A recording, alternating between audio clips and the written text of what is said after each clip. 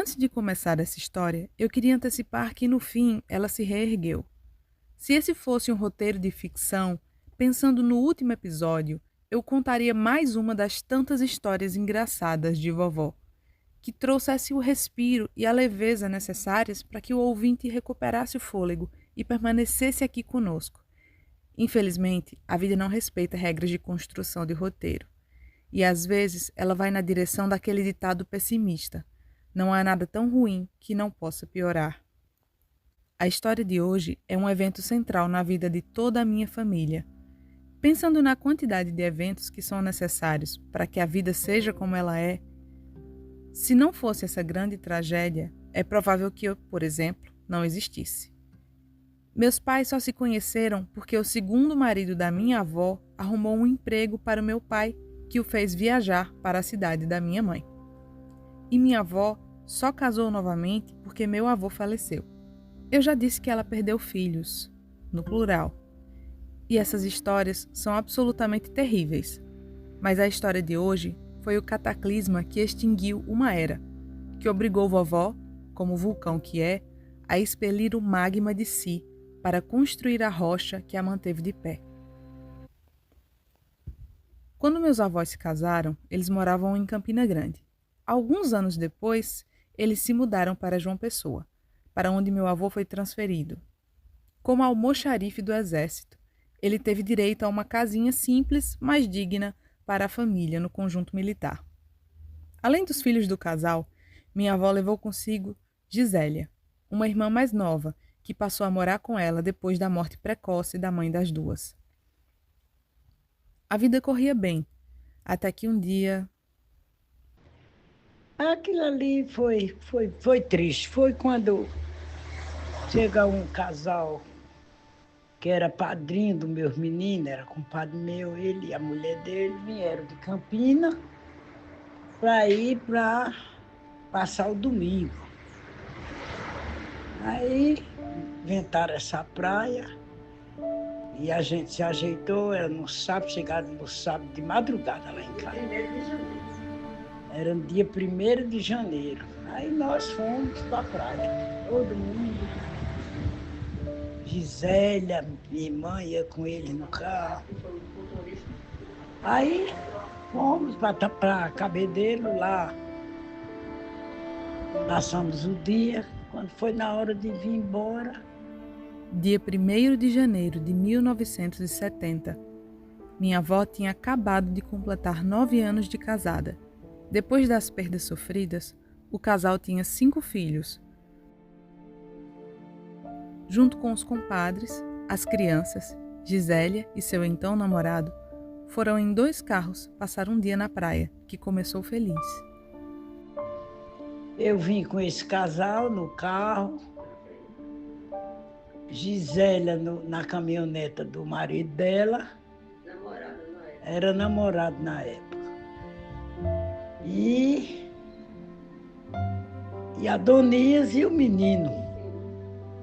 Era em cima da caminhoneta. E eu dentro do carro de Oberô. Uma Jerusa, 2 filhas dele e meu resto de menino. Aí, pronto, viemos. Quando chegou quase em frente, bem dizer, a minha casa, que era para dobrar,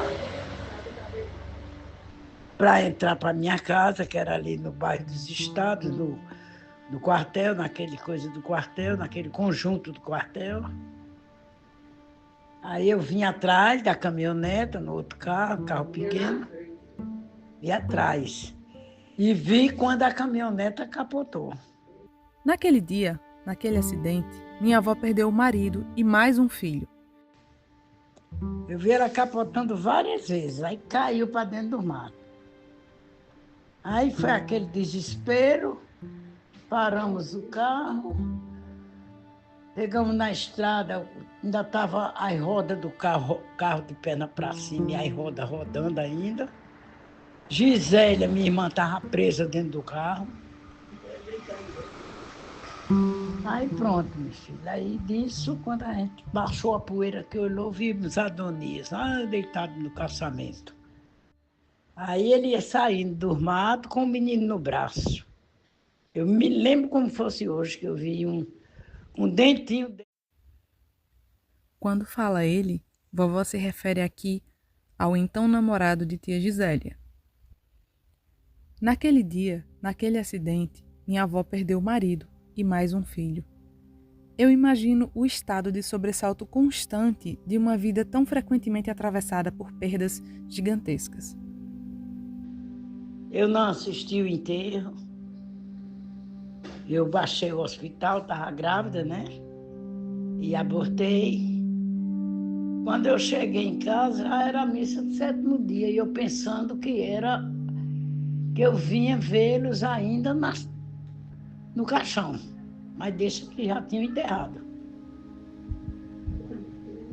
Foi realmente uma coisa muito ruim mesmo, que não dá para esquecer, né?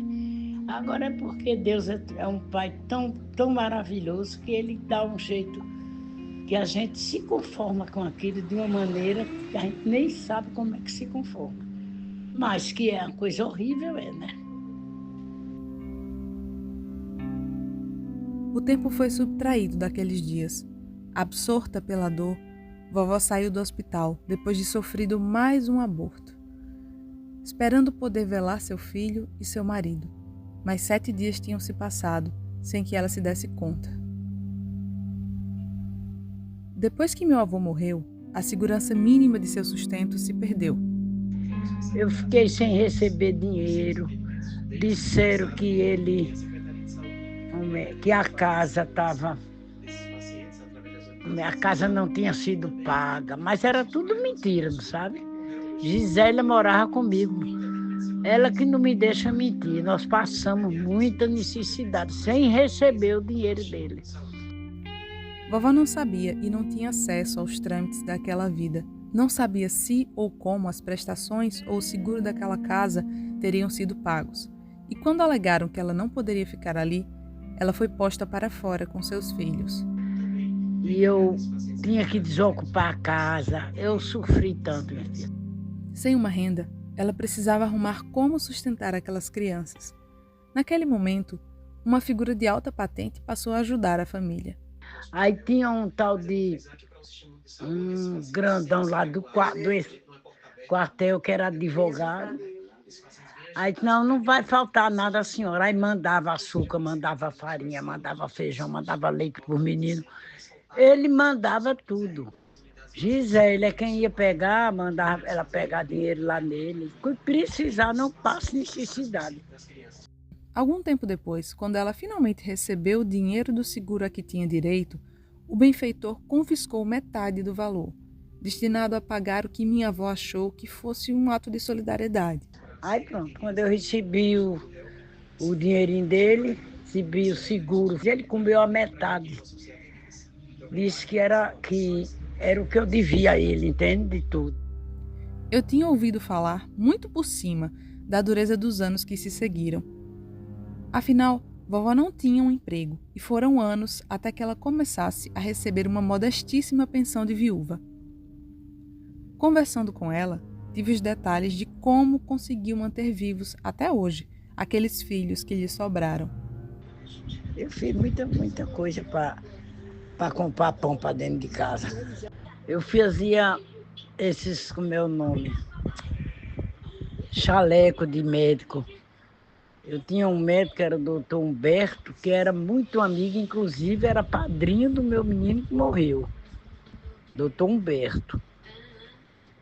E eu fiz um jaleco para ele, e ele amou, adorou, mostrou lá no hospital onde ele trabalhava, e começou a chegar encomenda de jaleco. Eu ganhei muito dinheiro em jaleco, muito mesmo. Engraçado que o primeiro jaleco que eu fiz, eu não sabia fazer, não. Mas a necessidade era grande. Aí eu peguei, ele perguntou se eu fazia, eu disse, faço. Ele trouxe um dele para eu fazer, para eu tirar a medida. Eu desmanchei todinho o jaleco dele, tu acredita? Desmanchei, mandei comprar papel, madeira. E cortei o molde todinho por outro, pelo que ele me trouxe. Quando terminei de cortar o molde, aí fui costurar o dele, que eu tinha descosturado todinho para tirar o molde. Ela sempre foi muito boa de trabalhos manuais, muito habilidosa na costura e no artesanato, uma excelente cozinheira. E ela se valeu disso para seguir em frente. Vendi cocada na praia também, fiz muita cocada dessa que eu faço para vender. Sim, jarro de telha, Zélia me lembrando aqui que eu fazia jarro de telha. Entendeu? Emendava as telhas com cimento, fazia o fundo. Pintava de preto, aí botava, soprava purpurina, ficava bonito e já eu vendia tudinho. Vendi muita coisa, fiz muita coisa para ganhar dinheiro. Nos anos em que foram postos para fora da casinha da Vila Militar, minha avó alugou uma casa no bairro de Jaguaribe.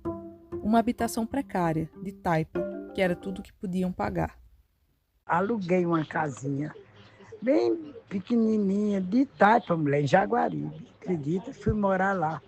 Só que eu aluguei a casa, entrei, quando foi no sábado, fui para a feira. Quando eu voltei, estava a rua cheia de gente. Quando eu cheguei, a casa tinha caído, mulher. Estava chovendo. A casa caiu, estava meus meninos tudo no meio da rua. Gisélia, Zuíla era novinha, estava deitada numa rede, quase que morria, meu filho. Zélia tirou ela e correu para o meio da rua. Com o desabamento da casa, minha avó teve que se mudar novamente, para outra casinha precária. Mas dessa vez, ela escolheu um local onde poderia se valer de mais uma habilidade sua para incrementar a renda da família. Pintava toalhas, pano de prata, essas coisas. Pintava e fazia bingo, não era? Você lembra? Bingo. Botava toalha, as coisas para o povo comprar os bilhetes, né? E eu fazia um bingo no domingo, enchia, fui morar ali na praia, aluguei uma casinha na praia. Aí fazia um bingo no domingo. Vendi coco na praia, coco com cachaça. Eu abria o coco verde, comprava cachaça, enchia, tampava com a cor, comprava aquelas cortiças, sabe? Aí tampava, enterrava e vendia. Ficava do mesmo jeito de uísque. Ficava amarelinha, bem fininha, bem gostosa. Aí era proibido nesse tempo cachaça na praia. Aí eu vendia o coco com a cachaça dentro, enterrava, passava dias enterrado e vendia. Em meio a todas essas tristezas, nessa parte eu ri. Porque é aqui que eu consigo ver aquela luz, travessa, moleca, que faz com que Dona Gláucia seja exatamente essa força selvagem, avassaladora e linda que ela é.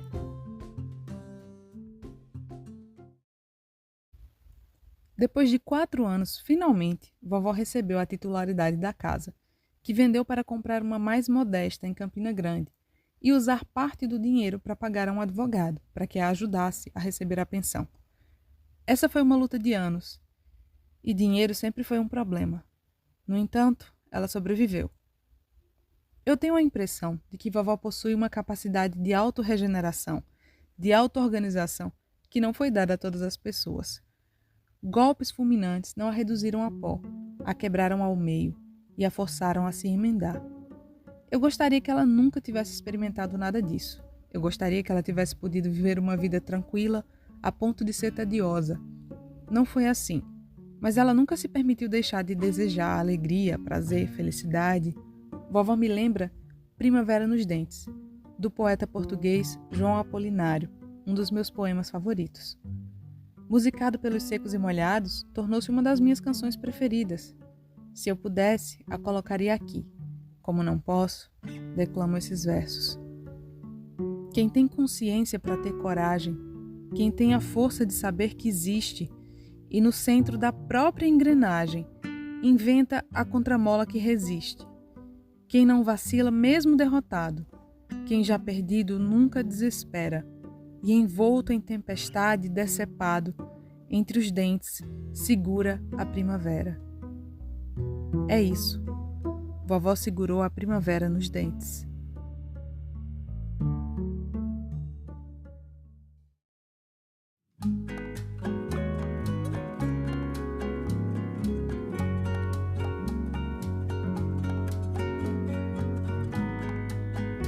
Histórias por Glócia Reis.